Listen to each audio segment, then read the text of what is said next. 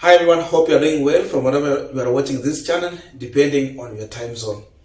Now, InfoTrack conducted an opinion poll on several things in this country to do with the William Ruto's government. Of course, on the cabinet, there was the issue to do with the economy, food, security, among others. Then matters to do with the prayer. So, the result is showing that Kenyans are actually voting out William Ruto's cabinet because the best performing cabinet secretary is getting 27%, that is Kithure Kindiki, and the worst is getting 0.2%, that is Salim Mvurya.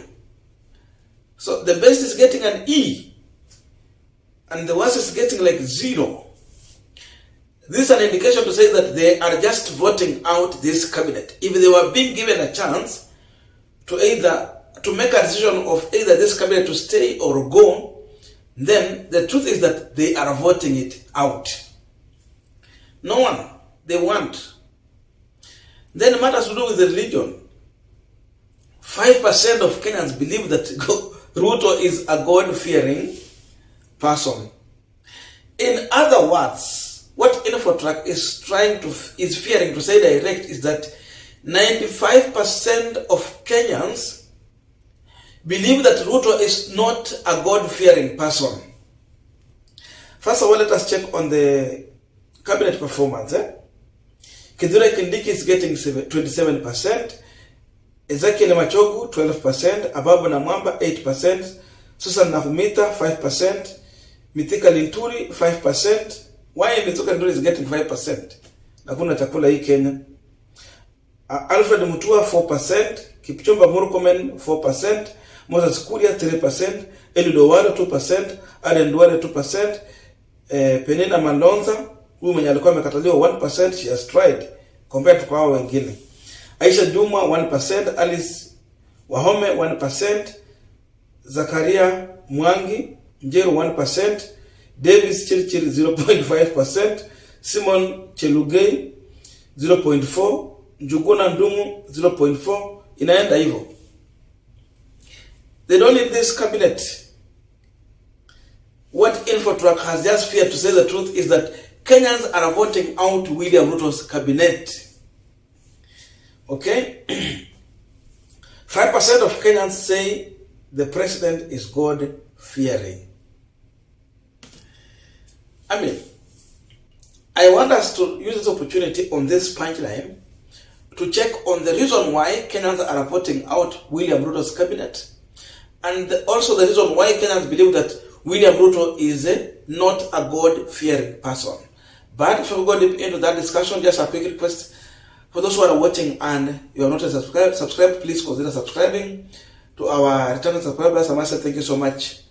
And again, to all our viewers, please give this video a thumbs up. Thank you so much, and back to this discussion. First of all, matters of faith. Ruto has hid himself in the church. During campaign, he has been in the church. After campaign, he's back in the church.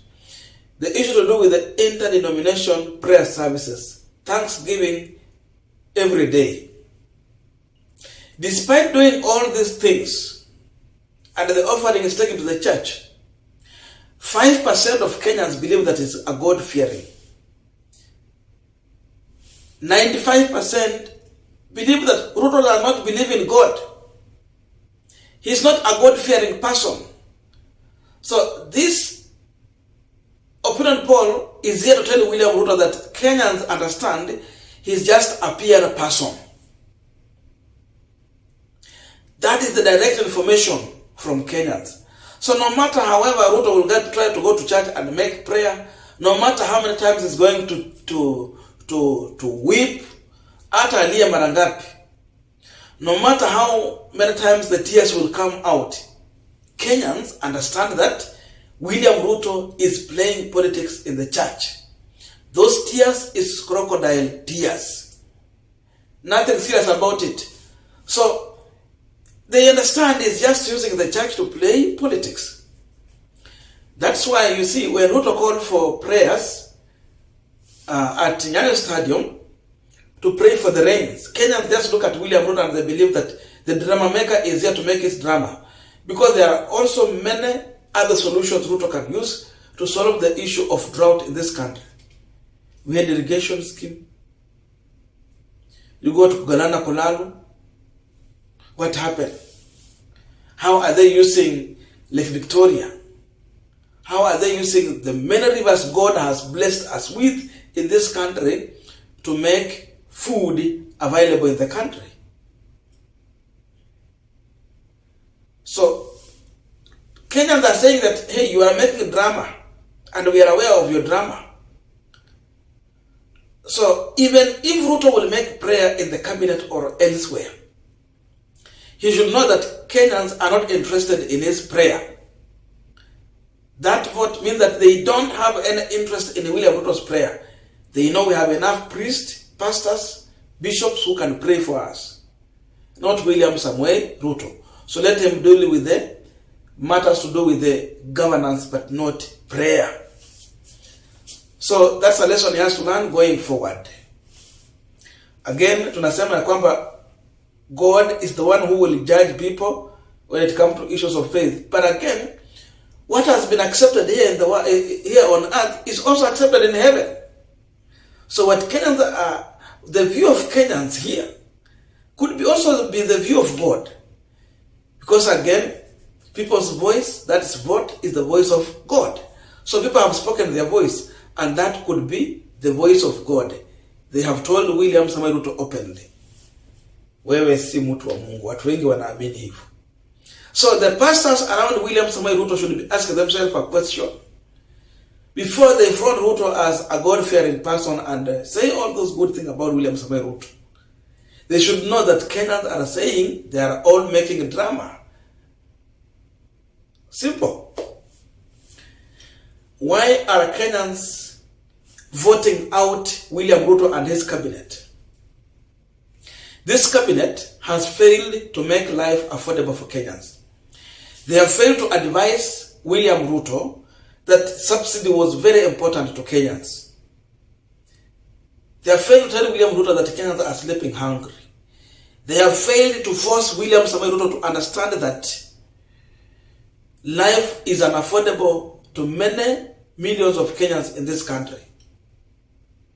Because if they could have advised William Samoei Ruto that where we are heading to and where we are as of now, subsidy should be brought back. Raila Odinga said, bring back subsidy. If there would be a certain kind of opinion poll on Raila Odinga, Raila will be scoring 80 to 90%. Subsidy must be back. Ruto overpromised during campaign. So too much was expected from him. Unfortunately, he's performing dismay compared to the expectation of Kenyans. So Ruto has made Kenyans to lower the expectation from him from where it was in the sky there, down to earth. The real bottom up that he was telling Kenyans is nowhere practically. That's why you will not hear William Ruto talking about bottom up. It will only come during the campaign. He said that they're not going to share positions, but they're going to serve Kenyans. When he took over power, the first thing was all about sharing position. Mudavadi was given an office. Wetangula got his share. Gachagua got his share. Mount Kenya leaders were appointed. Rift Valley got those shares. So it was all about giving position to leaders. That was the bottom up Ruto was talking about. So Kenyans are realizing that, so we were not part of the Kenya Kwanza government. We were told that we are going to form government with Ruto. But seemingly, it was just a formation of few individuals who are close allies to William Ruto, but not us, we as the voters. There was no space in William Ruto's government for border. If he was clever enough, then he will have a CS or a PS or a CAS or at least in those parastatals, those commissioners is appointing, at least hawa bodaboda. Hawa bodaboda mnaona hapa nje. These people are graduates. Watu wako na diploma zao, watu wako na degree, watu wako na certificate. So you cannot say that hawa watu hawana masomo. They are well educated. Most of this mama mboga wale wanauza chipo na nini, hao wasichana wa mama wamesoma. Wamesoma. They have just lacked an opportunity to serve. We were waiting to see William Ruto taking mama mboga somewhere. Kama anaweza pea Waititu kazi, mbona mama mboga asipate kazi jameni?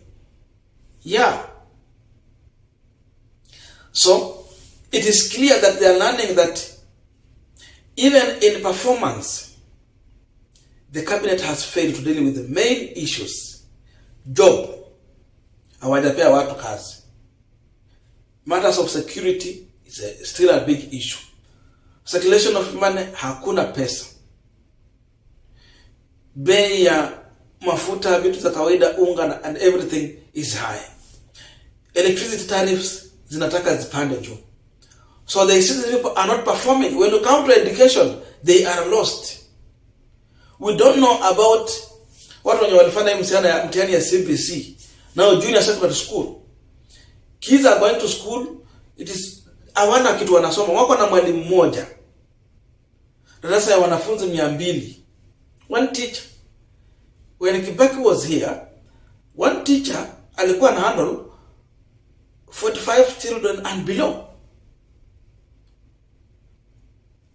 Look at that. How do you compete with the private sector?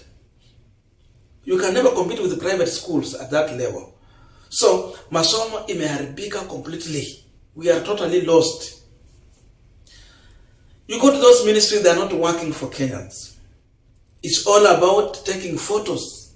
Photos after photos. Meetings after meetings. Cabinet ya Ruto imekuwa tu ya kwenda prayer thanks. Thanksgiving. And all those statements they make in their offices, taking photos alone. But they have distanced themselves from wananchi. If they were close to wananchi, na Kithure Kindiki amepigiwa hiyo kura juu kiasi kwa sababu he's appearing kwa hizo mambo ya mikutano na wananchi hapo, mambo ya usalama. But this cabinet has distanced themselves away from wananchi. That's why they're feeling that this group must go.